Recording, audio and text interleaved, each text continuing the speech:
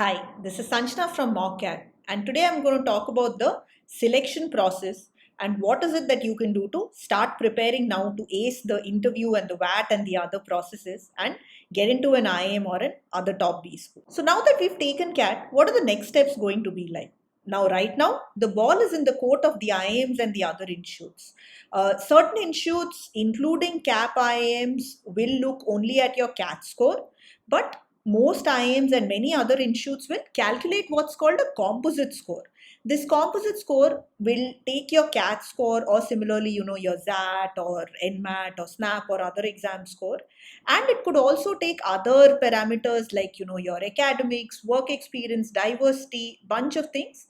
And based on that, they will calculate your composite score. And then you can expect to get shortlist for the selection process. Then the next thing which will typically happen for every IIM is a written ability test. So WAT or sometimes it's called an AWT, it's known by different names, but essentially you're going to get a topic, you're going to get a time anywhere from 15 to 30 minutes, and then you got to write on that topic. And the next and the more important thing is your personal interview, which will be taken by the faculty members, sometimes by alumni as well.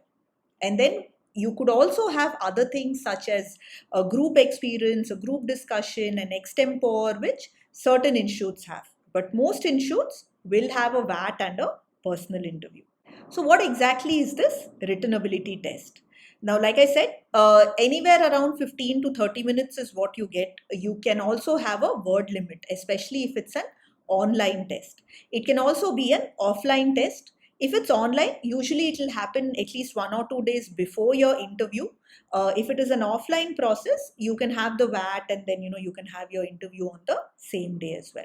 Now, the topics, they can be anything which is happening, from a general interest perspective. They can be around current affairs. They could also be abstract topics. We look at some common topics that you can start practicing right away. But how do you write it? So what I would suggest is, in your practice, try to have a structure, a short introduction, then you flesh out your key points, and then have a very brief conclusion, maybe 1 to 2 sentences, just sort of like, to end up, you could just recapitulate whatever your view is. What I would recommend here is try to think of your key points before you start fleshing it out, right? If you think of your key points, you could just start by writing those if it's an online mode, or if it's offline, just sort of, on the opposite side of the paper, just write 1 or 2 keywords. And then you can look to have your intro and then start on these key points. Otherwise, many times what can happen is your introduction can go on for too long, and before you realize it, you had 3 or 4 points, but you've been able to cover only your 1 or 2 points, and maybe your word limit or your time is up. Thinking of these key points also helps to make your WAT more structured. You bring out all the knowledge, all the points that you have, and you can typically expect to get more marks. Now, I do have a video where I've gone into examples of this, so I'll link it for you in the description and the first pinned comment so that you can go through that and maybe use that process for your writing. Now, one important thing, I've seen a lot of students where people are worried that, oh, I've not been reading a lot of current affairs, or, I will not remember a lot of numbers, a lot of facts. What do I do? Now, as managers, we are not expected to memorize a lot of facts or memorize a lot of current affairs. Of course, if you don't know anything about the topic, it's going to be very difficult. But if one student is just regurgitating a lot of facts, a lot of data, statistics and all, and another person has a viewpoint, they are using logic, and they are either analyzing something or they're coming up with a solution, typically that the second WAT, you can expect to get higher marks. So even if you don't know too many facts, use what you know and focus more on logic. I've seen it umpteen times in our students for WAT and interview where even if you don't know something very well, you can get away if your approach is sound. So that is again something which you can do. But to avoid that, these are some topics that you can start with. So these are just a few sample topics. You can see that, it's around the economy, it's around businesses, it's around, important things such as climate change. And you can also get things around movies, social media. I've seen some of these topics come up. So these are some of the topics that you can expect. Other topics could include abstract topics. So it can be very, very abstract, like, black is better than blue or something like that. You could also have something which is testing you on the ethics front. And you can also have what, say, for example, IIM Ahmedabad has some of the symbiosis institutes have, where it's based on a case study. So you will be given a write-up and then there will be one question based on that. There are a lot of these on the internet, so you can check for some of these and practice as well. For our students, of course, we give them a lot of these sample cases. But this would be a good thing to start with. And as I said, try to at least flesh out the points, even if you're not practicing the entire writing right now. Could be that you're prepping for the other exams, or you're prepping more for the interview than the WAT, as you should. Typically, the weightage for the interview will be much higher than the WAT. So you can start with researching some of these topics. Think of what are the points that you would write to, just to develop your critical thinking. Now, the next step is the personal interview. Typically, the weightage for WAT will be somewhere around 10%, right? And you can expect to get somewhere in, say, 4 to 8 marks, or, if it's really good, maybe 9 or 10 marks. But people will typically not get 0 in WAT. You can always write something. The interview is where you usually have a higher weightage. Typically, the weightage for the interview is somewhere around 30 to 50%, and that's the highest of all of the points. Other parameters which get considered will be your WAT, your extempore or GE if it is there, your composite score again, and certain institutes will also consider diversity or other factors. The interview can be online or offline. Last year, for example, the top IIMs, their interviews were offline, whereas CAP and other institutes did have online interviews. FMS again had an offline interview. So different institutes could have different modes. Just be prepared for offline interviews. Be prepared for the travel at that time. Typically around Feb or March is when we see the IIM interviews. Now, why do we have a personal interview, right? So for a lot of us, like I'm an engineer, for example, for engineering, we just had an entrance exam. It's that way for multiple other areas. But when it comes to management, we are going to be communicating with people. We are going to work with teams, right? We need to demonstrate leadership. We need to demonstrate teamwork, conflict resolution, things like that. We're not going to sort of be sitting in one corner and coding, or we're not going to be someone that's diagnosing a patient or something like that. We need to be working with teams. So what the interviewer wants to know is, they want to get to know you. They want to understand, are you going to be a good manager?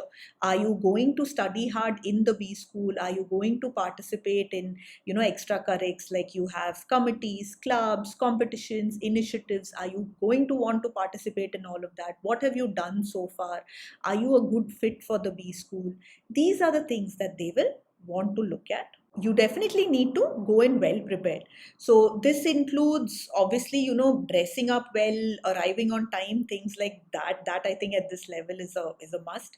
But also doing the preparation, knowing about that B school, preparing on your core academics, knowing the current affairs at least over the last few months, prepping your work experience related points. So these would include your core work, what you do, the basic questions around that, knowing sort of like the current affairs news, what is happening in that area, as well as the basic HR questions. Again, we have an entire playlist of the most common HR questions and the best way to address them. So I'll link that for you here, and you can go through those and practice it as well. We'll talk a little more in detail about the academics and current affairs as well. Also the basics, right?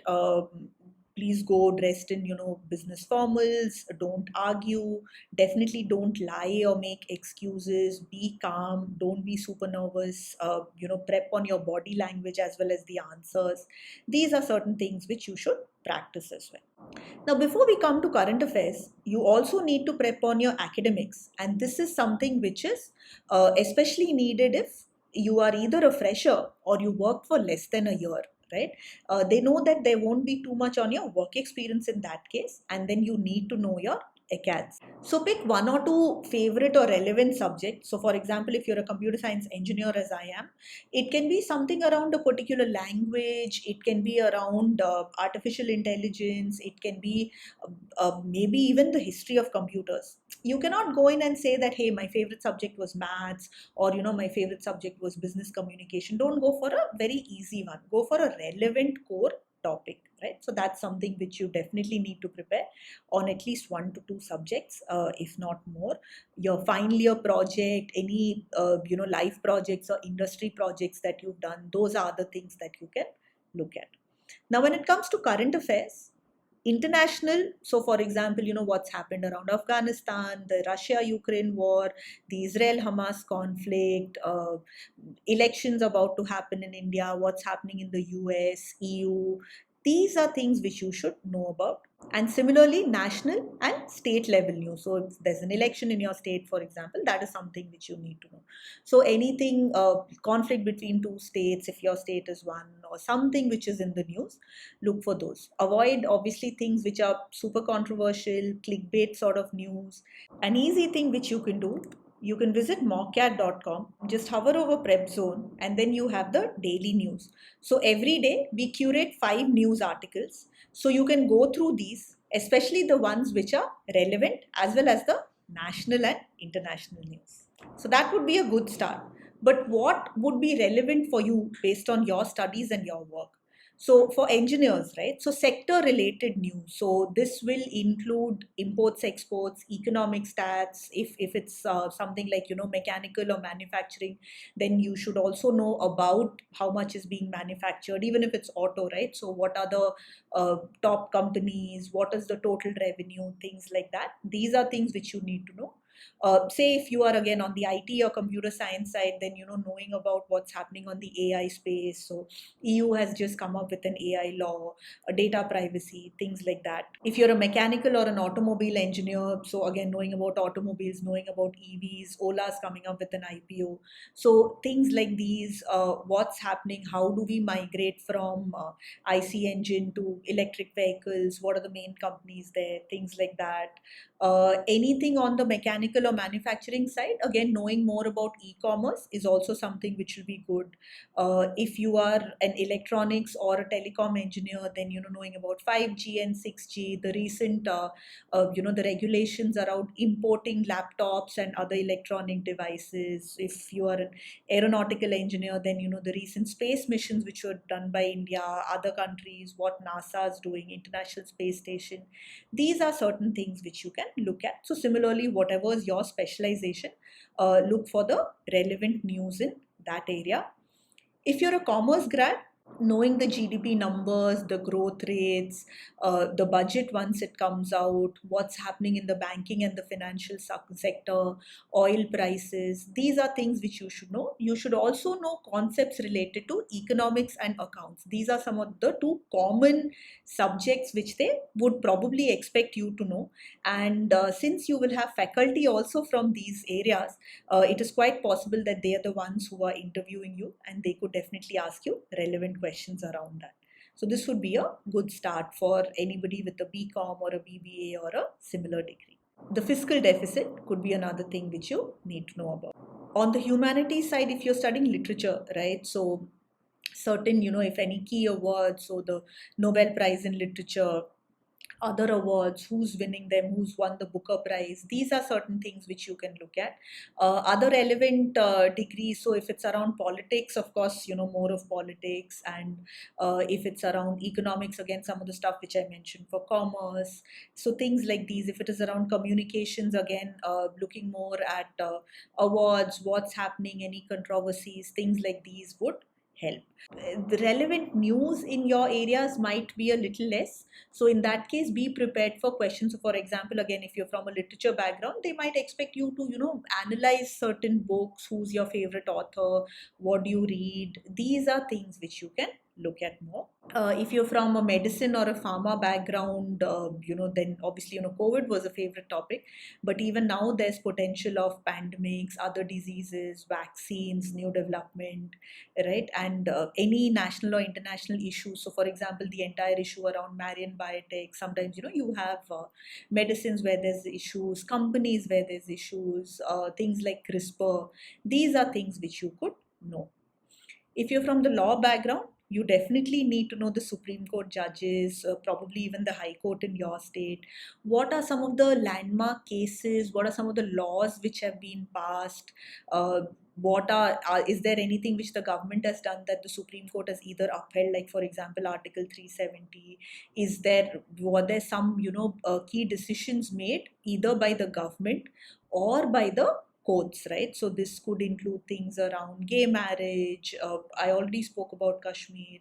So bunch of the issues. So the BJP versus AAP if you're from Delhi. So things like these which have been coming up are good things to read up on. So hopefully I've covered your specialization here, and these are things to start with. If not, just look for relevant news, look for relevant stuff, general interest stuff, right? Think of what somebody who's reading the news would know. Again, you can jump onto mockat.com and use our curated news articles and go through those. Now we will be coming up with few more dedicated videos around these interview questions, how to highlight your strengths, how to potentially talk about your weaknesses, things like that. I'm also linking the videos which we already have. Definitely go through that. That's been something which has been helpful for a lot of people. Subscribe to the channel in case if you haven't, so that you get notifications of all the future videos that we put up on these topics. But certain things for you to remember: at this point, they want to select you, not reject you. So go in confident, make a good impression, prepare well, and the chances are high that you get a good score in the personal interview and you get through. Focus on facts as well as logic. So certain times, if you are know fewer facts, you can also use logic. And in fact, they will want somebody who's good at reasoning, right? Because that's what a manager does. A manager is someone who's able to analyze what is happening and come up with a decision rather than just memorizing a bunch of facts. You don't need to know everything. In fact, there will be questions for which you don't know the answer. Try your best, but don't faff and don't lie. Everybody has weak areas, everybody has weak points. You can simply just acknowledge that this is something you don't know much about, and that way it's easier. They will quickly move on to another topic. Lastly, try and have one or two questions for the interviewers. So these can be one or two general questions which are around MBA or around managers. You can also go through the institute website, talk to people who are from there, and there will probably be questions which could pop up. It could be questions related to your profile and how you will do in that institute. This is something which comes up in a lot of interviews where they'll ask if you have a question for them. It's generally good to have that question. Don't have like a very random or a challenging question just for the sake of having a question. Put some thought into this and have a relevant question here. So that's it from me today. All the best.